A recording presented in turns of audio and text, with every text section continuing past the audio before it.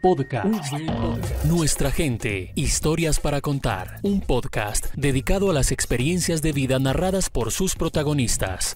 Podcast. Escúchenos y pase la voz. Podcast. Buactán, Inyetka Pamiyang, Aslpai Moratem, Sensoyuhua, or more Sindamun, Inyetka Kabangbiam, Kanje Shakanka, As Changenak Munkadate, Inyetzkambiang, Aslpai. Bueno, este es un saludo en la lengua indígena del pueblo Camanchá. Es el Camanchá-Villá, es una herencia que tenemos de nuestros mayores y es un tesoro que debemos trabajar mucho para poder conservar. Ese tesoro de la tradición oral, como lo cuenta Luz Amanda Pasuy, es propio de su tierra natal, Putumayo, aquel que en lengua quechua significa Putu Mayú. Putu, vasija de barro de árboles, y Mayú, río, que significaría en otras palabras, vasija de agua frutal. Bueno, mi lugar de nacimiento, mi lugar de origen es el departamento del Putumayo. Ahí está Bung Betabanok, que es nuestro lugar sagrado, lugar de origen, desde donde nosotros venimos. En nombre castizo ya es el Valle de Sibundoy, el municipio de Sibundoy. Y ese es entonces el lugar de origen del pueblo Camanchá-Villá. Ese lugar especial de sus padres es una parcela en donde tiene su chagra, que en su lengua es jajain, es decir, donde se cultivan los alimentos y las plantas de la medicina tradicional, en donde también tiene un área de conservación para los animales. Es todo un sistema productivo en un espacio familiar en donde se produce todo el conocimiento. Cuando yo era pequeña aún, nosotros no era tanto un juego, sino un trabajo que hacíamos comunitario con el Cabildo y era poder recorrer la parte del resguardo que se ubica en la parte alta de la zona montañosa del Valle de Sibundoy. Entonces, de las mejores experiencias de mi vida era poder hacer esos recorridos con la familia, con las familias que también eran amigas, que eran las personas que iban con nosotros abriendo el camino con sus herramientas y escalar, subir, resbalarse, caerse. Esa era parte de la diversión y cuando había algún árbol grande donde subirse, pues también nos subíamos y de allá también nos caíamos y nos divertíamos mucho en medio de esa naturaleza. Según su cosmovisión, es la familia y la casa. De esos lugares, los más importantes, pues está conformada por la comunidad, por la gran familia. Hay otros juegos tradicionales propios de la comunidad que siempre se han querido recuperar, fortalecer, como el juego del cuspe, que es como un trompo grande que se hace con madera y al que se lo hace girar con un juguete, dicen allá, un juguete grande y el gira y el que más logre mantenerlo en pie, pues ese es el que gana. También se hacían competencias con cerbatana, que son como unas maderas largas de juco. Se hacía entonces con esas cerbatanas competencias de puntería. Antes pues con ese también se podía cazar, entonces después se volvió parte del uso del tiempo libre y de los juegos que tradicionalmente hemos querido conservar. La afectación de la violencia ha sido en dos vías. Por un lado, especialmente en su línea materna, y por el otro, en su comunidad indígena. Y por el lado del pueblo indígena también han habido muchas afectaciones por causa del conflicto armado, a partir de las cuales la comunidad se configura como un sujeto de reparación colectiva. Porque todo el pueblo en sus diferentes ubicaciones, no solamente en el punto de origen o donde está el Cabildo Mayor que es Sibundoy, sino también en otras latitudes del departamento del Putumayo, hacia donde se movilizaron pues, varias de las familias en búsqueda de mejores oportunidades para poder trabajar, para poder vivir mejor, fueron afectados también por el conflicto armado en esas nuevas conformaciones. En el Valle de Sibundoy han tenido formaciones religiosas que trajeron la educación no propia, las cuales ayudaron a entender ese conocimiento externo para generar así un diálogo intercultural. Y por otro lado, gracias a la Universidad Nacional de Colombia, en mi caso, tuve la oportunidad de estudiar sociología. En un principio, esa es mi carrera profesional.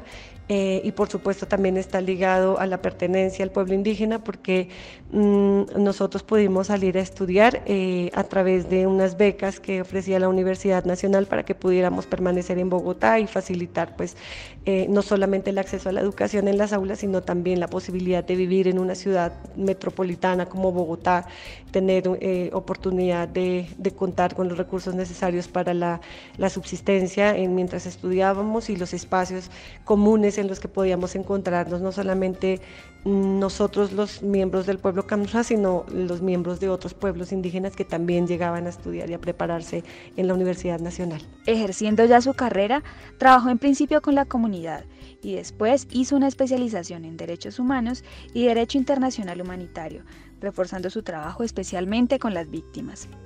Ahora es la nueva directora de Asuntos Étnicos de la Unidad para las Víctimas. Bueno, es un reto muy grande, es un desafío muy importante,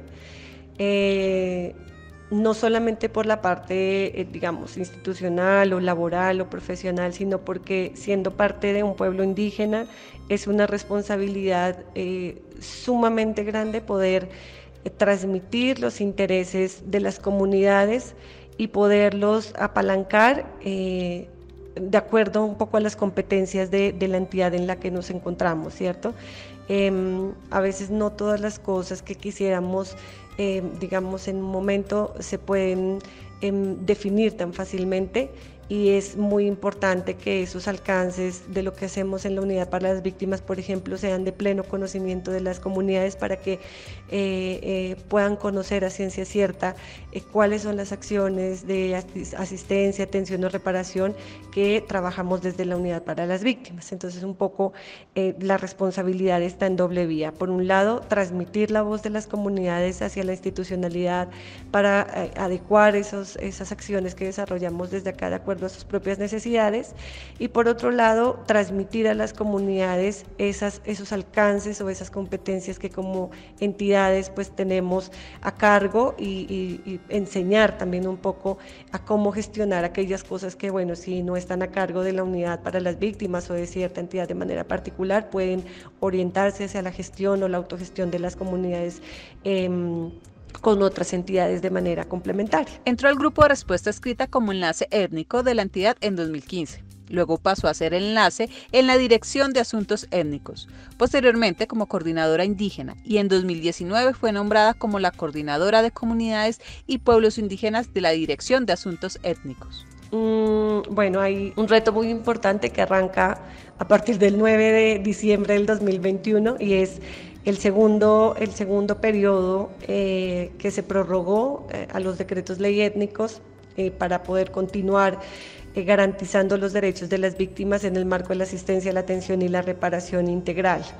En esa medida es muy importante, partiendo del balance que tenemos de los primeros 10 años de la política pública de víctimas étnicas, proyectar el cumplimiento de esto que tiene una gran deuda, ¿cierto? Una gran deuda en adecuación institucional, una gran deuda también digamos, en temas de atención de manera práctica, pero que no obstante hay todavía un rezago, ha logrado avanzar hasta cierto punto con la atención hacia las comunidades que así lo han requerido en cada uno de los componentes. Entonces es muy importante poder hacer como ese primer balance, hacer un balance que nos permita mirar hacia el futuro para poder garantizar y responder hacia la obligación que tenemos como entidad de asistir, atender y reparar, y planear de una manera muy consciente cómo lo vamos a lograr. Eso sí, incluyendo, digamos, dentro de la implementación de esos procesos, la participación de las comunidades, que es tan vital para lograr el enfoque étnico en cada uno de los escenarios en los que vayamos a tener alguna intervención como entidad.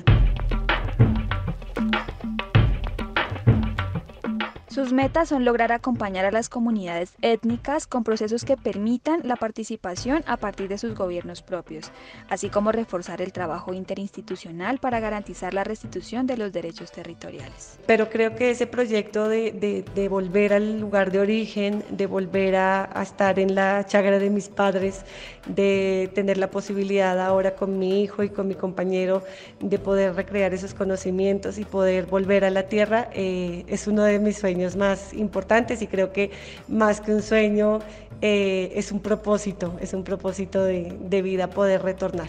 Hay un pensamiento muy bonito dentro de nuestra comunidad que se desarrolla a partir del concepto de Tabanok, que es el lugar de origen, de siempre volver al lugar de origen, de retornar al lugar de origen, y qué bonito sería poder retornar al lugar de origen con la misión cumplida y poder haber dejado un buen trabajo para las comunidades en garantía de sus derechos. Esta mujer que adora el cuy preparado de la manera tradicional por su madre y también adora el tamosh bonem, es decir, la crema de choclo, un plato típico de su comunidad, tiene muy claro cuáles son sus más grandes alegrías.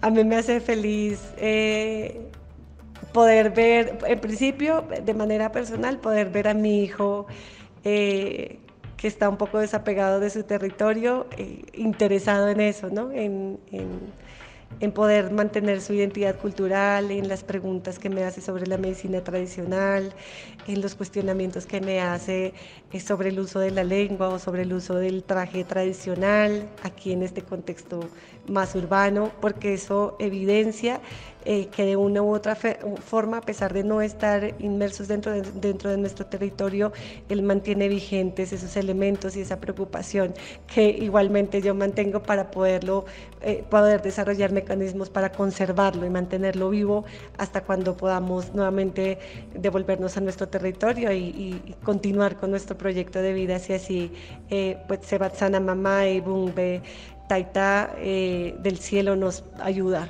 a consolidarlo. Y así como es su hijo, todo un soñador, así es ella, una mujer que se definiría con estas palabras: herencia y misión, que son como las dos palabras que han delimitado como mi tarea en la vida, y es, por un lado, en la historia, poder recoger todo ese legado que tengo como responsabilidad, y por otro lado pues cumplir con ese otorgamiento que me hicieron mis mayores y esa responsabilidad que tengo con los pueblos para poder sacar adelante esta tarea. Otra de las palabras que me identifican y que están justamente en el nombre de mi hijo es Otjenayá. Otjenayá en nuestra lengua significa soñador. Y soñador para la medicina tradicional, pero también soñador para proyectar. Entonces, cuando yo era pequeña, mi mamá me decía, cuando le planteaba algunas ideas, me decía que yo era Otjenayá, era muy soñadora. Entonces eso finalmente pues se tradujo en todo lo que soy hoy y está en el nombre de mi hijo, y creo que también sigo siendo una soñadora, sigo creyendo que pueden haber cambios importantes para nosotros y para todos realmente, ¿no?